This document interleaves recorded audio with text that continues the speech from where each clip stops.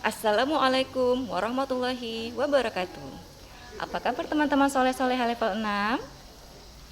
Semoga teman-teman semua dalam keadaan sehat walafiat dan selalu dalam lindungan Allah Subhanahu wa taala. Nah, teman-teman berjumpa lagi nih dengan Puspa. Kali ini kita akan mempelajari teks laporan hasil pengamatan. Nah, apa ya itu teks laporan hasil pengamatan? Yuk, langsung kita simak ya. Nah, ini dia. Teks laporan hasil pengamatan adalah tulisan yang dibuat berdasarkan hasil pengamatan atau penelitian secara langsung atau fakta untuk menginformasikan kepada orang lain. Nah, jadi teks laporan ini teman-teman, dia itu berdasarkan hasil pengamatan teman-teman ya. Jadi dia sifatnya itu harus fakta. Jadi tidak boleh menggunakan opini-opini pengamatnya. Seperti itu. Nah, kemudian apa saja sih yang diamati? Ya, ini dia. Pertama yang harus kita amati adalah perkembangan tumbuhan. Kemudian perkembangan hewan bisa juga. Dan yang ketiga itu boleh juga kunjungan kita ke suatu tempat. Oke, selanjutnya ya. Nah, ini dia. Apa saja sih bagian-bagian dari teks laporan hasil pengamatan? Nah, yang pertama itu ada nama kegiatannya. Terus teman-teman harus buat nama kegiatan teman-teman buat itu apa. Kemudian lokasi pengamatannya di mana. Kemudian waktu pengamatan. Nah, yang keempat objek pengamatan. Yang kelima adalah hasil pengamatannya. Nah, bagian-bagian ini teman-teman harus tulis sebelum hasil pengamatan. Dia letaknya ada di atas teks. Nah, agar teman-teman mudah untuk menghafalnya, Bu Pusa udah singkat nih agar teman-teman bisa menghafalnya. Kita singkat menjadi naik lori warna oranye hijau. Jadi nanya nama kegiatan, lorinya untuk lokasi pengamatan, kemudian di warna untuk waktu pengamatan, objek pengamatannya disingkat jadi oranye, dan hasil pengamatan kita ambil hanya oleh hijaunya. Jadi seperti itu ya teman-teman. Nah, kemudian apa saja ciri-ciri teks laporan ini? Nah, yang pertama yaitu berisi pembahasan tentang suatu objek atau konsep. Ya. Yang kedua, ditulis berdasarkan fakta sesuai pengamatan. Nah, yang keempat, teks ini harus bersifat objektif. Nah, kemudian disajikan secara jelas dan menarik. Nah, jadi teks ini harus teman-teman sajikan secara menarik, jelas dan logis. Logis itu yang berdasarkan faktanya atau sesuai dengan kejadiannya, ya. Nah, teman-teman juga kalau susah menghafalnya atau sulit menghafalnya, teman-teman juga boleh menyingkatnya menjadi Bella ditunggu teman di sana, ya. Jadi berisinya kita singkat menjadi Bella, dan kemudian ditulis D-nya itu kita singkat jadi ditunggu. Kemudian teksnya bersifat objektif, kita singkat menjadi teman, dan disajikan secara menarik kita singkat menjadi di sana, ya. Jadi Bella ditunggu teman di sana, ya. Oke, kita lanjut lagi ya teman-teman. Nah, cara menyajikan teks laporan, pertama teman-teman tentukan dulu nih topik apa yang akan teman-teman amati. Objeknya apa nih, misalnya tumbuhan, hewan, ataupun tempat kunjungan wisata. Terus kemudian teman-teman menentukan rencana kegiatan atau kejadiannya. Jadi rencananya teman-teman mau seperti apa nih kegiatannya, teman-teman mengamatinya seperti apa nih. Nah, jadi teman-teman harus rencanakannya. Kemudian teman-teman melakukan pengamatan di sekitar. Nah, jadi yang teman-teman amati itu yang ada di sekitar teman-teman, ya, sekitar rumah teman-teman lah teman-teman amati. Kemudian setelah teman-teman amati, teman-teman jangan lupa tuh untuk mencatat serta informasi penting yang teman-teman peroleh. Jadi apa nih informasi dari yang teman-teman dapat dari pengamatan itu? Nah, teman-teman tuh tulis dan catat. Kemudian nanti barulah teman-teman bisa kembangkannya menjadi sebuah teks laporan. Nah, agar teman-teman mudah menghafalnya, teman-teman boleh menghafalnya dengan cara menyingkatnya menjadi membuat topik untuk merencanakan pengamatan sehingga memperoleh informasi. Nah, jadi teman-teman cara menghafalnya seperti itu ya. Membuat topik untuk merencanakan pengamatan sehingga memperoleh informasi. Oke, kalau gitu kita lanjut ya teman-teman. Baik.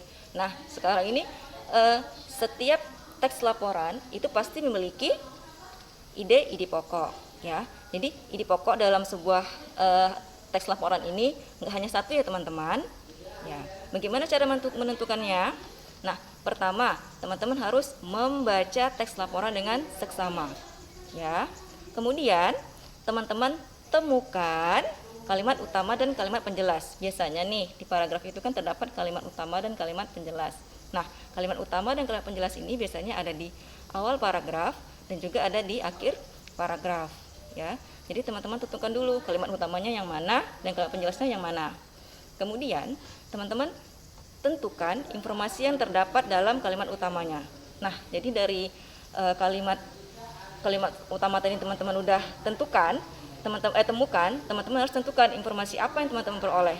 Misalnya nih, teman-teman boleh juga bikinnya seperti ini. Paragraf 1 itu apa?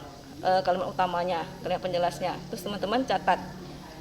Nah, kemudian paragraf 2 tuh apa nih kalimat utamanya dan kalimat penjelasnya? Itu juga teman-teman catat ya. Kemudian nih misalnya paragraf ketiga ada apa lagi, kalimat utama sama penjelasnya apa? Itu teman-teman semua catat dan nanti baru teman-teman tentukan informasinya. Ya, seperti itu.